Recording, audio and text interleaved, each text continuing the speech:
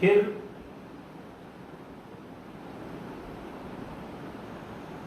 एक और विराट घटना है, वो है प्रकाश। प्रकाश भी अद्भुत है। तो प्रकाश से प्रेम करो, प्रकाश के प्रेम में पड़ो। सूर्य उगता है,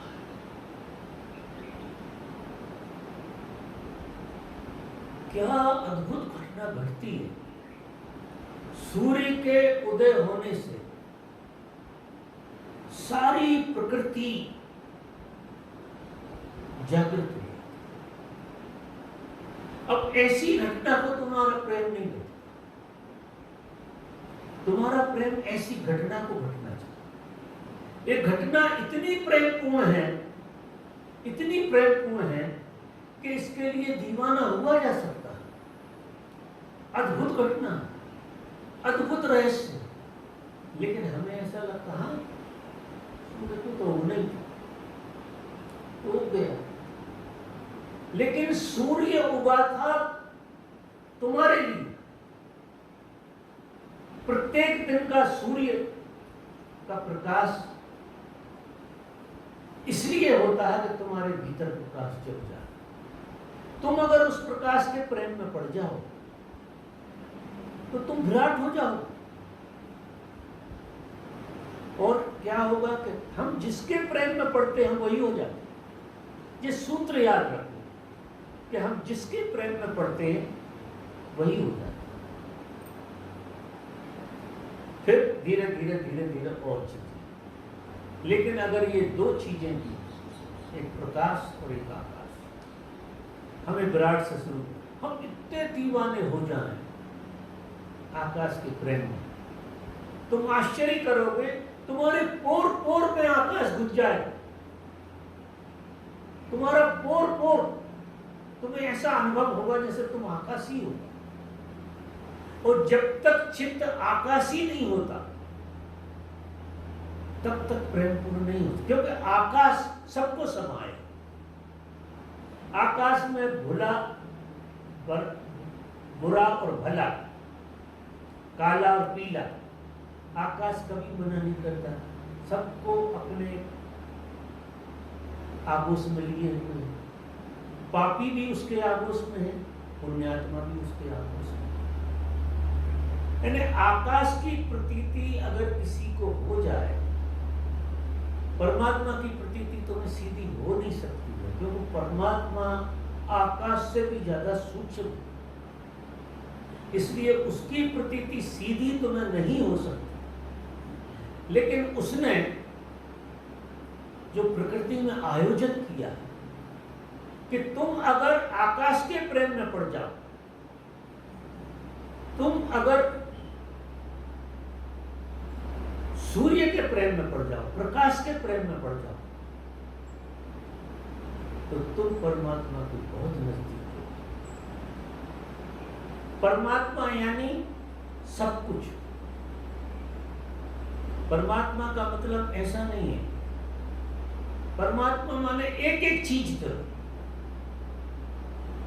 चींटी से लगा के हाथी तक, अणु से लगा के ब्रह्मांड तक, सब परमात्मा। परमात्मा के प्रेम में पड़ने का मतलब है तुम सबके प्रेम में पड़ो।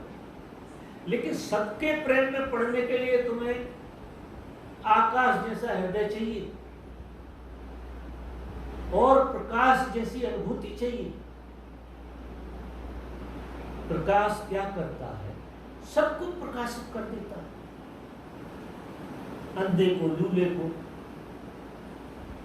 काने को, बहरे को, अच्छे को, बुरे को, सबको प्रकाशित करता है सूर्य। प्रकाश हमें ऊपर से पकड़ना। हम ऐसे कहें कि सब परमात्मा है, संभव नहीं। क्योंकि तुम जिस चित्त की दशा को जीते हो, जिस भाव की दशा को जीते हो, उसमें तुम जरा सी चीज को भी नहीं समझ सकते। तुम्हारा हृदय बहुत छोटा है, तुम्हारा चित्त बिल्कुल तरलता नहीं है। चिदाकाश, जब तक चिदाकाश नहीं, चित्त आकाश जैसा, चित्त में आकाश भर जाए। तो सबसे पहले आपको साधना में आकाशी हो जाए, आकाश को प्रेम।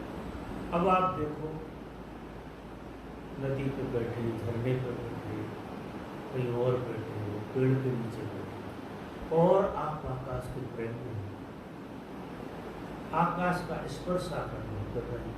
ये देखो, शुरू में लगेगा आर्टिफिशियल, शुरू, लेकिन 8 दिन के अंदर अंदर कोई आकाश की साधना करेगा, आकाशी अनुभव करेगा, 8 दिन के अंदर अंदर उसके अंदर आकाशी तरल है।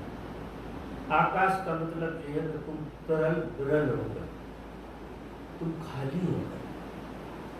आकाश इतना खाली है कि कोई चीज से भर नहीं सकती।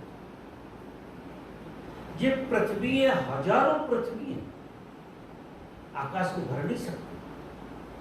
आकाश किसी चीज से भरता ही नहीं, क्योंकि वो इतना सूक्ष्म है, इतना सूक्ष्म है कि उसे कोई अवरोध नहीं है।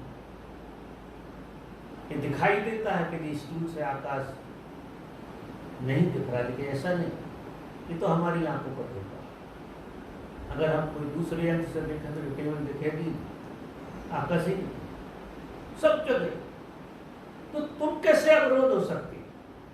तुम जो अपने को अनुभव कर रहे हो, ये आकाश का अवरोध है। तुम आकाशी चित्त को नहीं जीते, इसलिए तुम्हें इस पुद्गल को ज्यादा जीना पड़ता, तुम्हें इसका बोध ज्यादा होता, पृथ्वी का बोध ज्यादा होता। ये पृथ्वी ज्यादा, जल ज्यादा, तो जल और पृथ्वी का तुम्हें बोध होता, वो भी ना के बराबर। आकाश का बोध करो, फिर प्रकाश का बोध।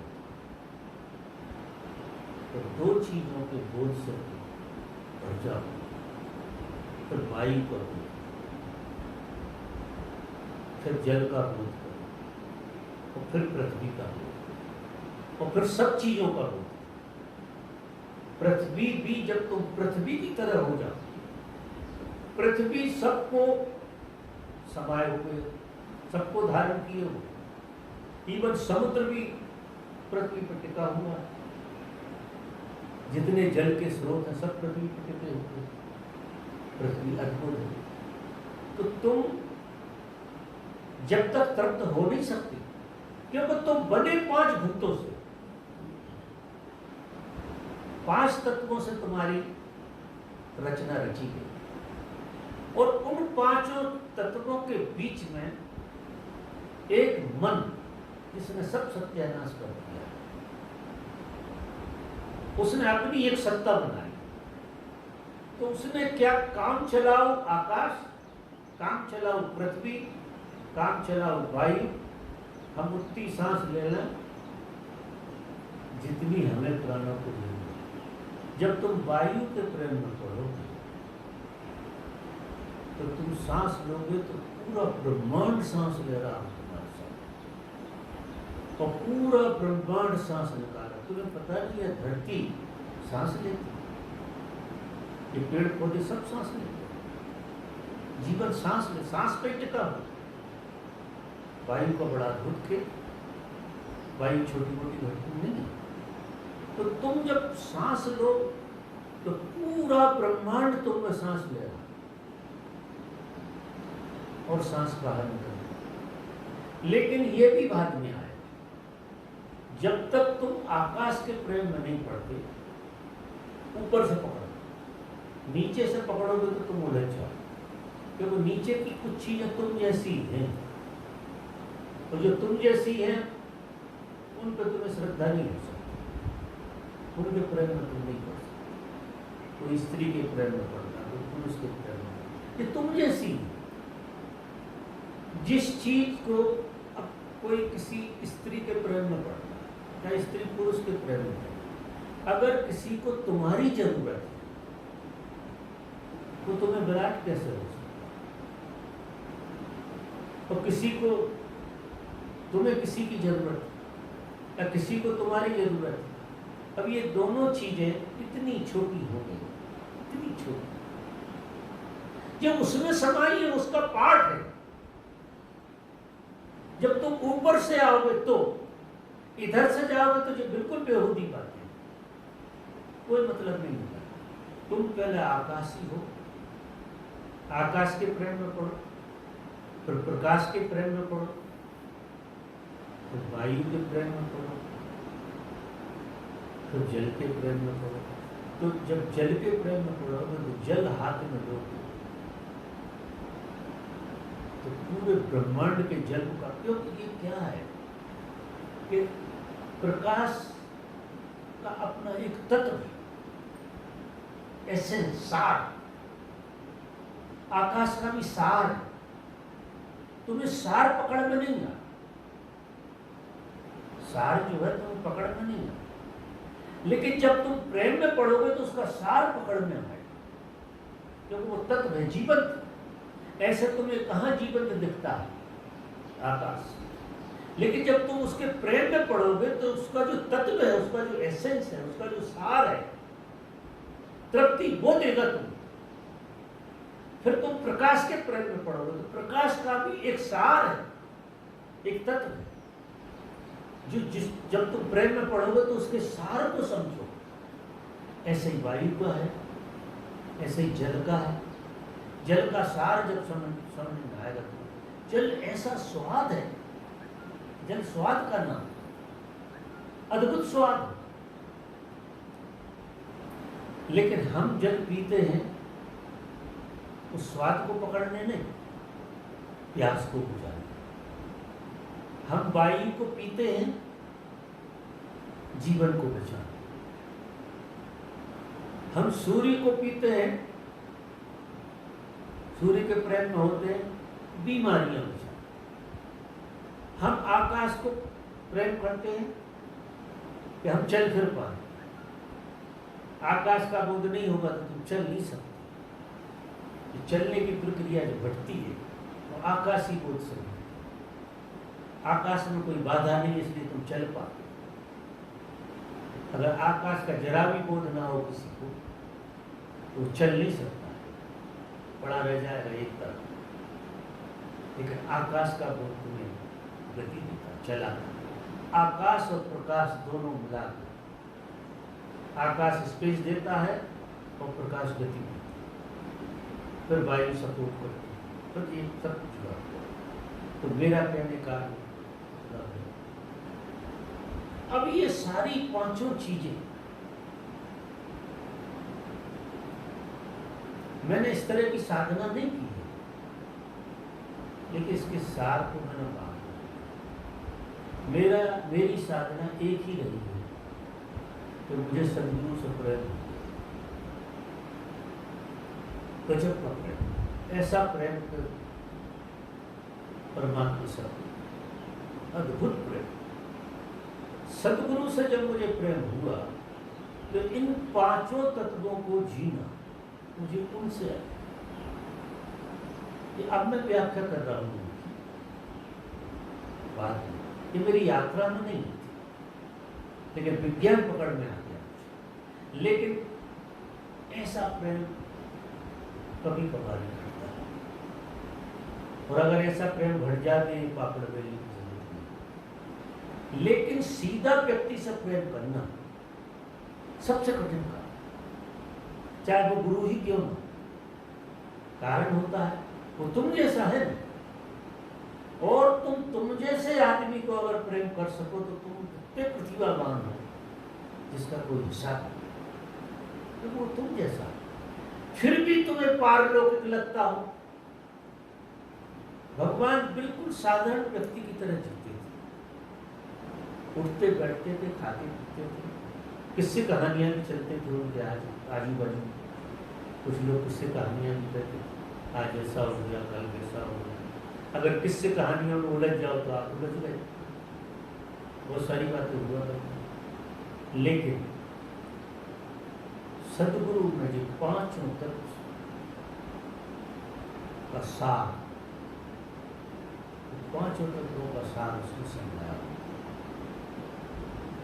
तुम तुम जब उसके प्रेम में होते हो, बहुत गहरे प्रेम में होते हो, तो तुम्हें इतने पापड़ नहीं पड़ेंगे। लेकिन अगर सदगुरु के प्रति प्रेम नहीं घट रहा है, और जरूरी नहीं है सबको घटे, ये जरूरी नहीं, तो अब जहां तुम बैठे हो वहां मैं आपको सलाह दूं कि आप घर से सीखो। जब तुम ये सारी चीजों को देखोगे तो सदगुरु से एक तो इस तरफ से घटना घटती है कि सदगुरु से सीधा प्रेम घट जाए तो ये पांचों तत्वों का रहस्य तुम्हें समझ में आता है, और पांचों तत्वों से प्रेम घट जाए तो गुरु का रहस्य समझ में आ जाए। तो तुम्हें साधारण से साधारण आदमी भी गुरु लगेगा, तुम आश्चर्य करो, साधारण से साधारण आदमी, क्योंकि ऐसा कोई आदमी नहीं है इस दुनिया में जो तुमसे अच्छा ना हो, उसमें कोई ऐसी खूबी है जो तुम्हें सीखने जैसी है। वो गांव का ग्वाला है, लेकिन अगर तुम आंख खोल के देखोगे तो उसके अंदर से भी तुम्हें कुछ सीखने की तरंग मिल जाएगी।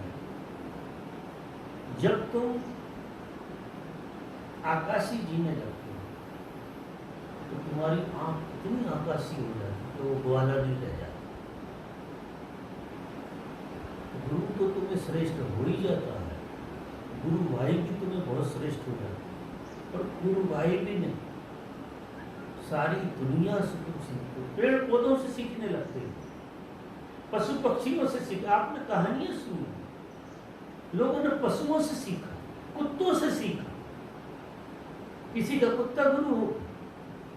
अब वो किस चित्त की दशा को जी रहे हो जिनका कुत्ता गुरु हो जाए।